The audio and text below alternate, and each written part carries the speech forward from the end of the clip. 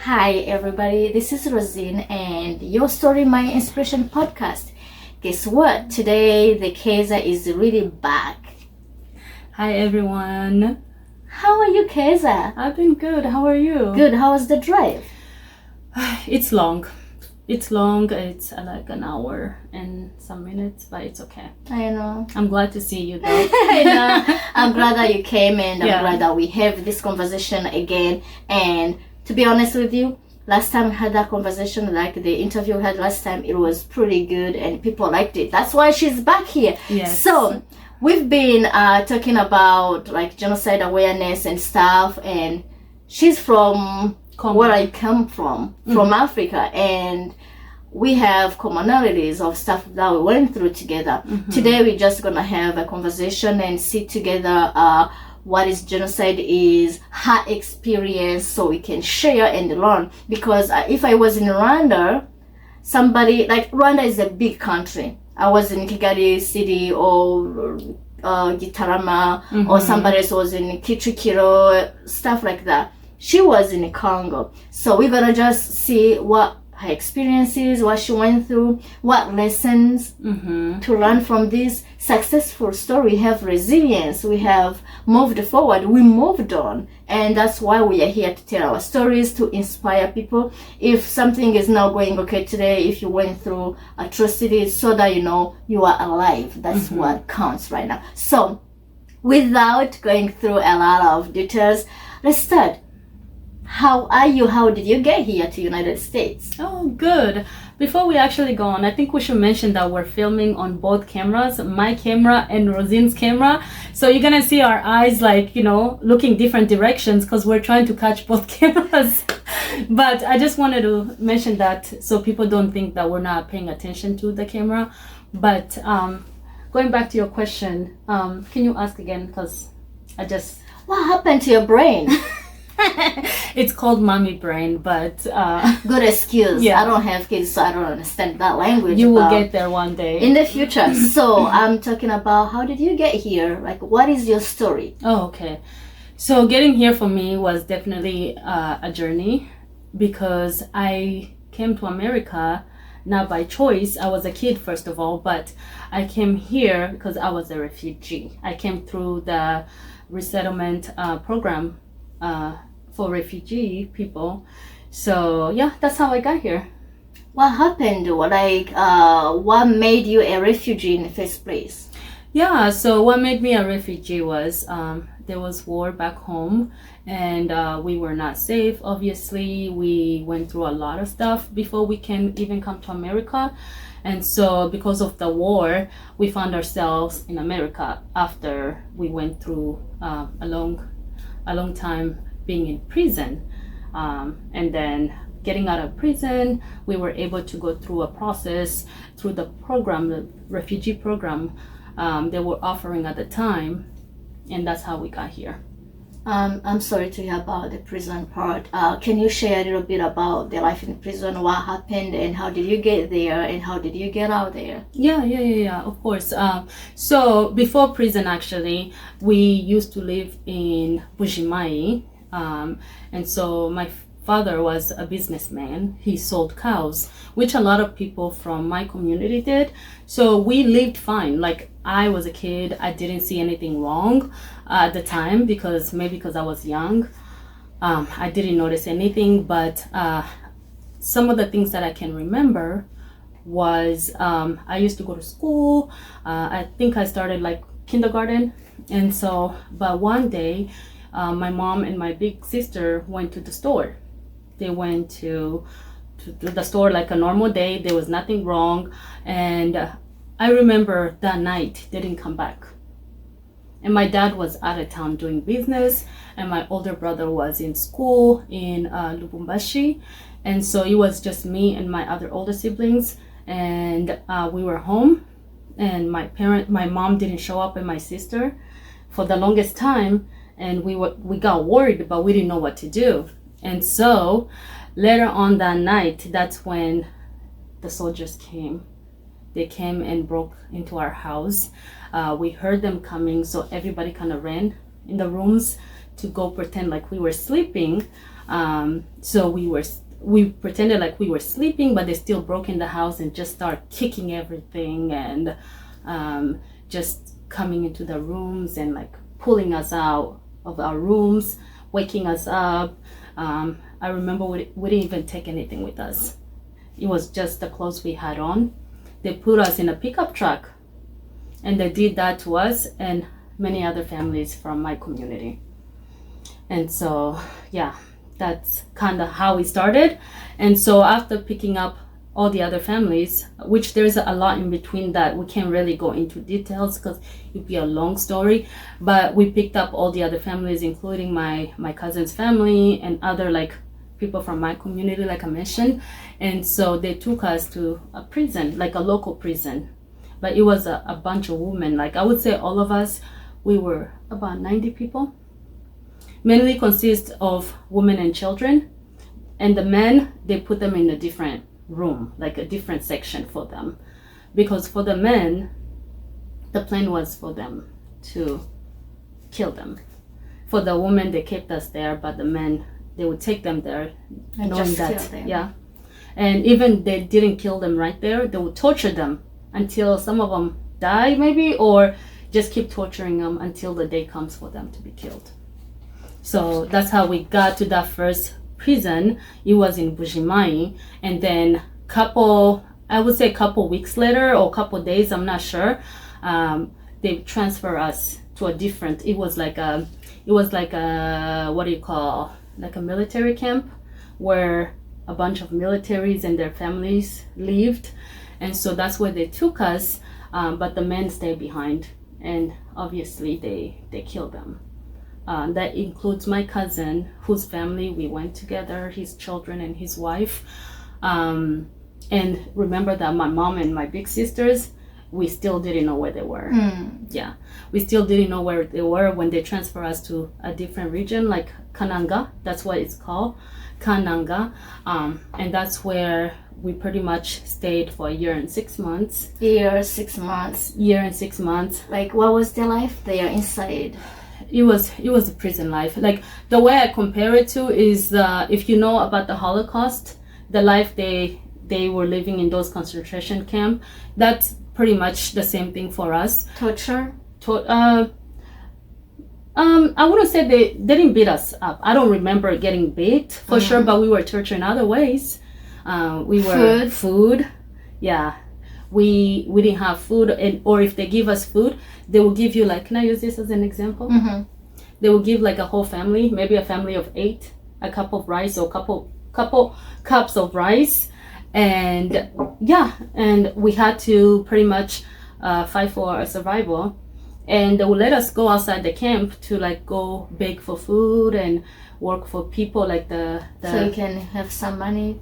No money, just food, working for food? I remember food, mostly was food. So majority of the kids, we became like, can I say slaves or maids for the families that lived there, the soldiers. What age again, if you remember? I was like 5 or 6, but I can remember most of it. But at the same time, I do talk to my family's siblings that were there, and we go through the stories, and I can see that I remember some of the things that I saw. Like they said, when you're a kid, the stuff that you see when you're a child, you still can remember in your adulthood. So yeah, we would like become servants of the families that lived there, whose husbands were working as soldiers, and we will go live in their home and become maids, or just go work for them and go home, so that maybe I can bring some flour or some meat, not meats, like vegetables to cook in Boga, to cook for the family. So we all did that as a kid. I remember my role was to go fetch water for the families. And the water was at the bottom of a mountain or something? Yeah, at the bottom of the mountain. You would just, walk and go fetch the water down there by yourself. With a jerrycan, like gallon? Yeah, like a jar, like a gallon of, like you see like the ones we have milk in here. Yeah, so, or bigger ones, like the yellow ones they have in Africa. So yeah, we would go fetch water and would just do other house chores for them. We became maids pretty much. And I remember one time I would go on the street. My friend and I, like, he's a kid, we grew up together. We'll go on the street to beg for food, but we'll beg people who spoke Kinyarwanda. So I think it was the people that did the genocide in Rwanda, and they transfer over to Congo. And I was gonna actually ask you, I didn't want to interrupt you, and I was processing the whole thing. 5 years old, fetching water, eating out of a mug, like a whole family of 9 or something. Yeah. Oof, I'm not gonna get emotional. It's not about me today, but It's I'm okay. just, I mean, it doesn't have to be about you. You have to remember it's about being human. Any human who hears something it just like took that me happen, back to what we went through as a family. Exactly. Anywho, so the question, to go back a little bit earlier, what year was that when it all started? So I believe the war started like in 98. 98. Yeah. And do you know, because you were in Congo, do you know soldiers, like what soldiers just took you, like loaded you in trucks and like... I mean, I know it's the Congolese They military. spoke Swahili. They spoke Swahili, they spoke Lingala, because we could hear them, like we knew the languages too. So it was them until we got to Kananga, the military camp. Then we started hearing people who spoke Kinyarwanda. But they're like, I don't think they were soldiers. I don't remember them being soldiers. I remember going on the road where they were passing. It's like they were coming from work or something, right? So they had this road they usually pass. So we would go there to beg for food or something. Were they in uniforms or like soldiers or I something? don't remember them being in uniform. They were in regular clothes, but they spoke Kinyarwanda. And another confirmation that made me think, or us think, that these people, like, we didn't know I didn't know who they were. But one time I said to one of them, Papa nisaidie, meaning help me, like help me. And he chased me and said wanyenziwe, I had no idea what that meant. I'm not gonna put theories here that I'm not sure, but I can link those people with the people who fled the country after genocide, the army that lost the war, which is, do we call them FDLR? I'm not gonna use any terms that I'm not sure of, but we know what happened after genocide because they lost after committing all the atrocities in Rwanda, so they fled and went to Congo. And getting back to what is happening in Congo and the conflict Congo and Rwanda, this is among the matters now that we are fighting, because so many Rwandans, Congolese, they don't accept that, but it's Rwandan Congolese / they have both nationalities because they didn't even choose to be there. So roots in colonialism when Rwanda was divided and some parts of Rwanda were added on Congo. So that is the conflict that is going on. And before I pass back the mic to you, so how long did you live in that life? Did you mention first camp? Did you go through other prison or something? So the first prison we went to was like a local prison, like I mentioned. So we didn't stay there for too long. That's when we were transferred to the military camp, where the families of the military and the soldiers lived there. And this is where we stayed for 1 year and 6 months. And that's where we experienced all that I mentioned, including the guy who told me like wanyenziwe, which I didn't know what it meant. Cockroach. Then I knew. I know it meant cockroach, but I couldn't relate. Like, why is he calling me that? As a kid, I had no idea. But now, when we got here and we learned about the 94 genocide in Rwanda and all those terms that were used, to identify the Tutsis.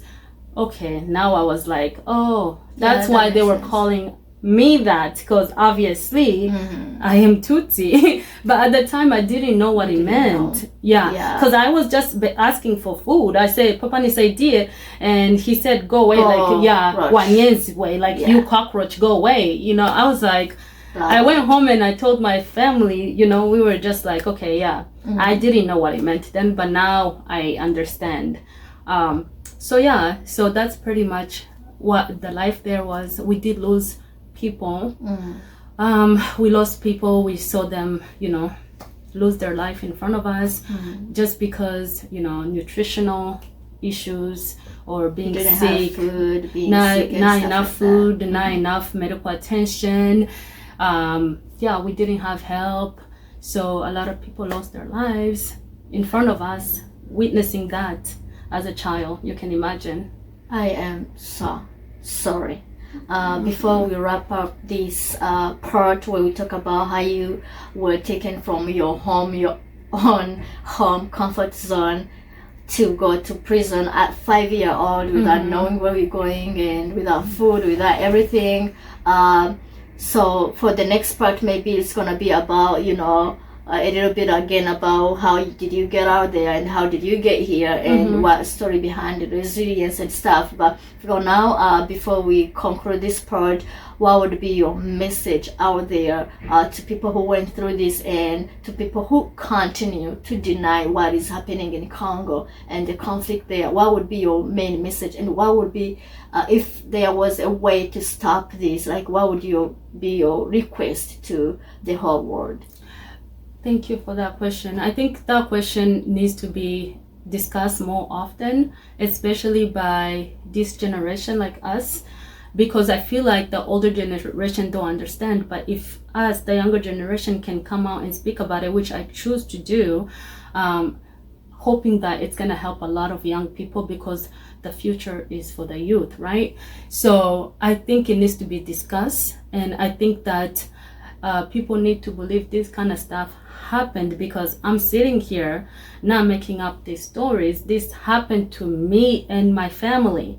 We went through that whole year and 6 months of suffering for no reason, for just who I am, who God created me to be, who I was born. Like I didn't choose where to be born. I didn't choose what tribe, what country, who my parents are, but God chose me to be who I am.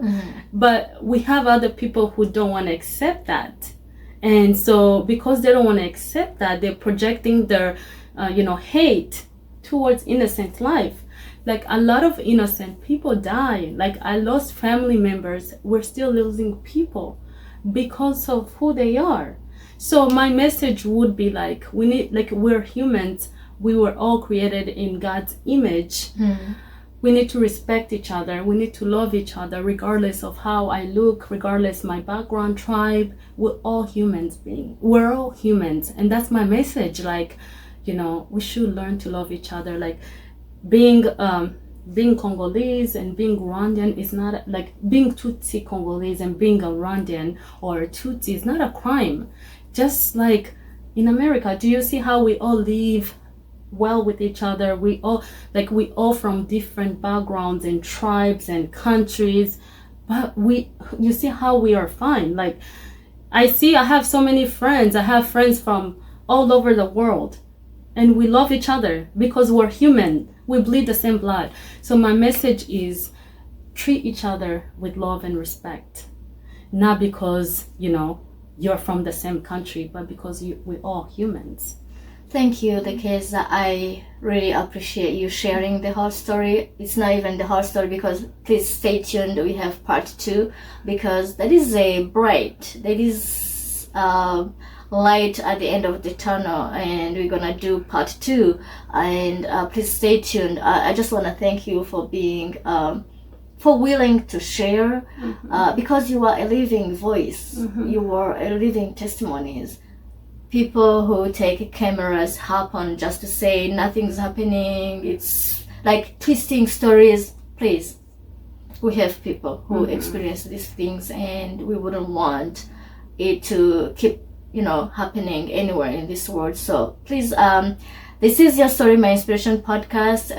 It's a little bit sensitive and emotional, and I am grateful for her sharing her story. It's really so being like vulnerable and stuff, but the message here is learning. Things happen. It's not like story you are making up or something like that. So stay tuned. We're getting back soon. Thank you. You're welcome. Thank you for having me. And let's keep speaking about these causes. We have kids that we're raising. We don't want our kids to grow up in the same way we grew up. So thank you so much for allowing me to come, and also allowing me to film on Life with Keza, which I'm gonna post also, but we will come back with part 2 like she said. But thank you, Rosine. God bless you. Thank you.